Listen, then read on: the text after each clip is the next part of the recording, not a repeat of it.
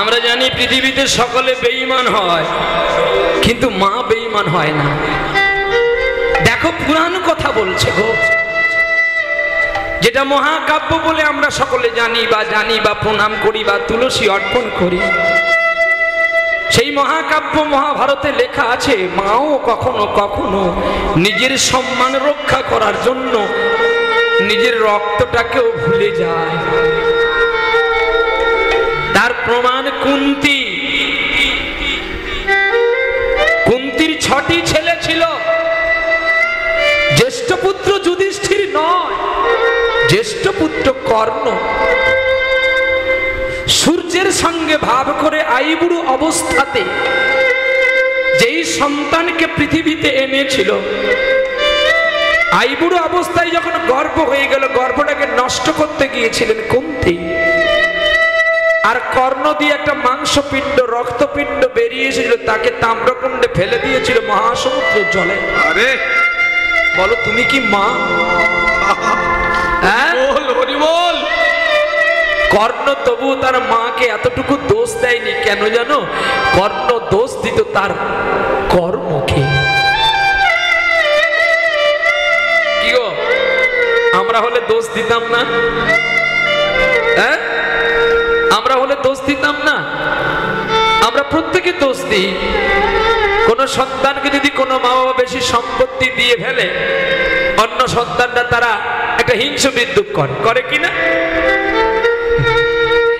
কর্ণ বলেছে, আজকে আমাকে কেন মা ভালোবাসে না, আমার আর 5টা ভাইকে কেন ভালোবাসে? তার মানে আমি আর জন্মে মায়ের সঙ্গে খারাপ আচরণ করেছি।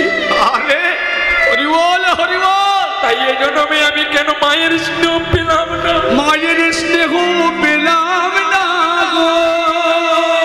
এর জন্যই আমার কান্নার দরকার নেই, আর ভাবনার দরকার নেই। হে বাসুদেব, হে বাসুদেব, তুমি যতই দুঃখ দেবে আমায় দাও, যেন মরণকালে তোমায় আমি দেখতে পাই গো। যেন মরণকালে যেন দেখতে পাই গো। আমার মরণ সাধ্য আরে ওগো সেদিন হবে। আরে মরণ কালে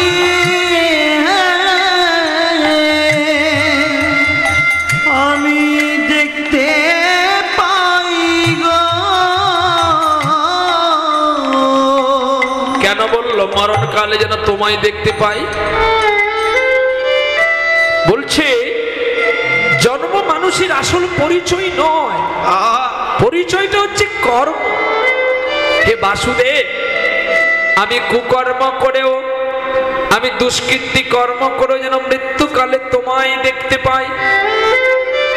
বাসুদেব কর্ণকে বলছে, কেন তুমি এই কথাটা আমাকে বললে না? তুমি তো গীতায় বলেছো, ভাগবতে লিখে গেছো, অন্তকালে মা মেচো স্বর্ণমুক্তা কলে বরং জব প্রয়াতি সমদ ভাবং জাতি নস্তত্ব সংশয়।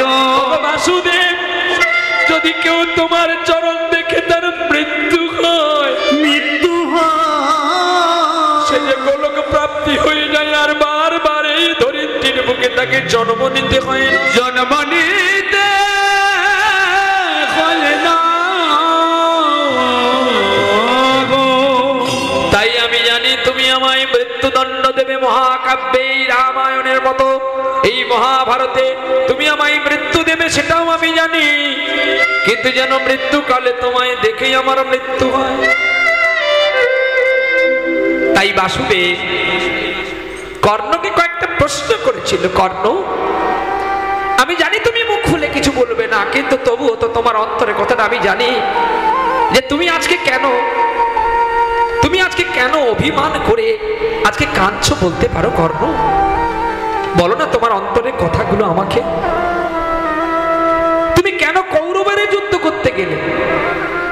শোনো, এর 5 ভাইয়ের চেয়ে কিন্তু কর্ণকে দেখতে খুব সুন্দর। যারা মহাভারত পড়েছেন তারা জানতে পারবেন, মহাকাব্য বলা হয় মহাভারতকে। এত সুন্দর ছিল কর্ণ। আর কর্ণ এর 5 ভাইয়ের মতো স্বার্থপর ছিল না, নিঃস্বার্থ ছিল কর্ণ। যদি কর্ণের জীবন কাহিনী কেউ পড়ে তাহলে যুধিষ্ঠির সেখানে হার মেনেছে। যুধিষ্ঠির কৃষ্ণের কথায় মিথ্যা কথা বলেছে, অশ্বত্থামা রণে হত ইতি গজ। কিন্তু কর্ণ এর 5 ভাইকে বাঁচাবে বলে নিজের কবচ কুণ্ডলটাও দান করে দিয়েছিল। এত বড় ত্যাগ আর মহাভারতে কেউ করেনি। আমরা প্রত্যেকে বাঁচবার জন্য চেষ্টা করি, আর কর্ণ মরবার জন্য কবচ কুণ্ডল দিয়েছিল। আমি যদি না মরি এই 5 ভাই বাঁচবে না, আর আমি যদি না মরে যাই এই ধর্ম জয় পাবে না। আমাকে মরতে গেলে আমার এই কবচ কুণ্ডলটাও দিয়ে দিতে। জানো, ধরিত্রীকে বলেছিল আমার তাড়াতাড়ি যেন মৃত্যু হয় গো বাসুদেবের কাছে। যেদিন কর্ণের মৃত্যু হয়েছিল, জানো সবচেয়ে বেশি কে কেঁদেছিল? দুর্যোধন। কেন জানো? দুর্যোধনের সকল পাহাড়ের পর্বতগুলো ভেঙে গেল। আর এটাই কর্ণকে প্রশ্ন করেছিল, তুমি কেন কৌরবের যুদ্ধ করলে কর্ণ? বলে আমাকে যখন সকলে সুতপুত্র বলে ঘৃণা করলো। তুমি জানো যে আমাকে ভালোবেসে ডাকলো পাঞ্চালী। স্বয়ম্বর সবাই আমায় কি বলেছিল জানো? আমি সুতপুত্র। পর মানুষের দুঃখ দিলে দুঃখ মনে হয় না, কিন্তু জানো বাসুদেব, আপন জনের দুঃখ দিলে সে দুঃখটাকে মেনে নেওয়া যায় না, যায় না, যায় না। আর সেই রণক্ষেত্রের ভূমিতে আমার নয়ন ভরা জল ছাড়া আর কিছু ছিল না। একমাত্র ওইখানে আমায় বুকে জড়িয়ে ধরেছিল এই শত্রুরূপী দুর্যোধন। বলে তোমার কাছে কেউ না থাকলে তো আমি আছি। ওদিনই আমার মান দিয়ে আমাকে বড় করেছিল, তাই আমি সেদিন প্রমাণ করেছিলাম, হে কৌরব পুত্র দুর্যোধন, তুমি যখন এই স্বয়ম্বর সভাতে আমার সম্মান রক্ষা করলে, আমি তোমার জন্য প্রাণ দিতে রাজি, কিন্তু তোমাকে ছেড়ে আমি যাব না। যখন দ্রোণাচার্য অশ্বত্থামা জয়দ্রুতের কাছে বাণ নিক্ষেপ করে মহাবীর কর্ণ তার কর্ণের প্রমাণ করে দিলে, যার যার ধনুর টঙ্কারে কুরুক্ষেত্র কেঁপে উঠেছিল, আর সেই টঙ্কারের তীরের ধনুকের তুনকে একাই ছেড়ে দিয়েছিল কর্ণ, কারণ নিজে মরবে বলে। কর্ণর কতগুলো ত্যাগ জানো? কর্ণ নিজে তাড়াতাড়ি মরবে বলে অর্জুনের দেওয়া একটা ব্রহ্ম বাণ গচ্ছিত করে রেখেছিল। ইন্দ্র যে দিয়েছিল বাণটা কাকে মারবে বলে? অর্জুনকে। আর সেই বাণটাও ইচ্ছাকৃত করে ঘটোৎকচের উপরে প্রয়োগ করলো, যাতে আর বাণ তার না কাজ করে, আর ভাইয়ের হাতে যেন দাদার মৃত্যুটা হয়। এত বড় ত্যাগ আর কুরুক্ষেত্রে কেউ করেনি গো। তাই তাকে অভিমানী কর্ণ বলা হয়েছে। অভিমান। মৃত্যুকালে বাসুদেবের চরণ কমল দর্শন করেছিল। আজকে তদ্রূপী আজকে কমিটি হলো অভিমানী। তোমাদেরকে সম্মান দেওয়ার জন্য, তোমাদেরকে মান প্রতিপত্তি পাইয়া দেওয়ার জন্য আজকে তারা অক্লান্ত পরিশ্রম করে আমাদের মতো কীর্তনীয়গুলোকে এনে তারা কীর্তন পরিবেশন করে। তাই আমাদেরও কর্তব্য কিছু দুটো ভালো কথা আপনাদের কর্ণ করে বহির প্রকাশ করে দিয়ে যাওয়া। আস্তে কথা বলবে না কিন্তু। কি কাহিনী হচ্ছে শুনতে পেয়েছ? বলো কি হয়েছে, বলো বলো এবার কি শুনলে এতক্ষণ, বলো। শুনেছো তো বলবে তো মা, বলো। তার মানে শোনোইনি? সারা গায়ে তিলক মাখলে যদি গৌর পাওয়া যেত রে, তাহলে তার নদিয়ায় গৌরীয় তিলক থাকতো। গলা ভর্তি করে মালা পরলে যদি গোবিন্দ পাওয়া যেত, আর তাহলে মীরাবাই আর ভজন ক্রিয়া করত। বিনা প্রেম সে নেই মিলে নন্দলালা। নামি দামি, এখন সকলে নামি দামি। জানেন এই কীর্তনের আসরে কার কাছে হরি কথা শুনতে হয়? এই আসনটা কি? এই আসনটাকে আগে চিনতে হবে। 60,000 মুনির মধ্যে একটা পুরুষ ছেলেকে বেছে নেওয়া হয়েছিল, যার নাম ছিল শিলপাদ শুকদেব গোস্বামী। বলছে দুধ খেলে কি হয়? দুধ খেলে কি হয় বলো? দুধ খেলে কি হয়? গ্যাস হয়। এই দেখবি, দুধ খেলে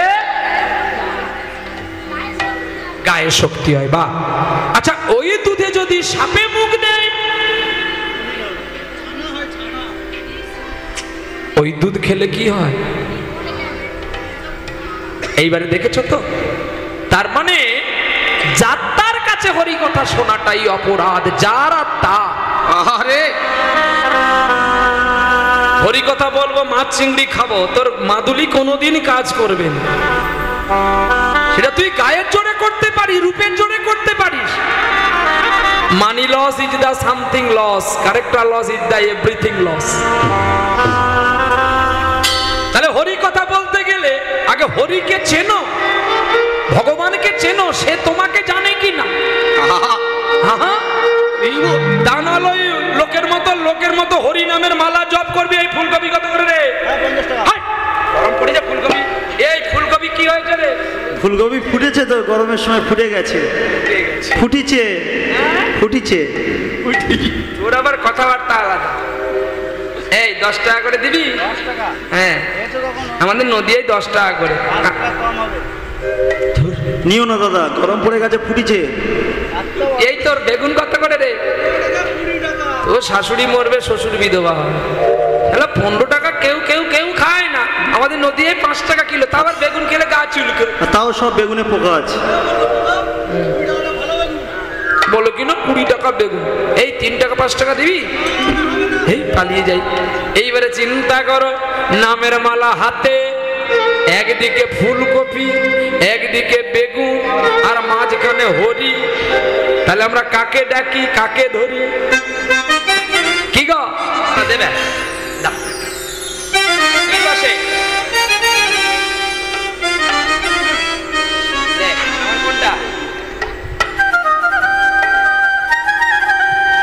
আজকে করে নি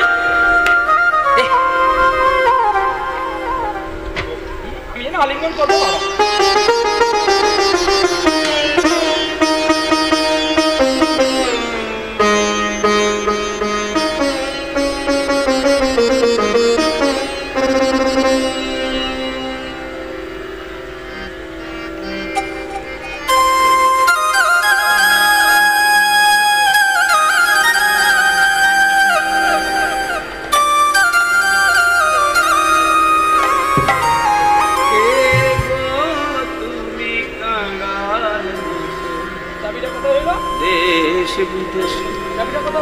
ঘুরে বেড়াও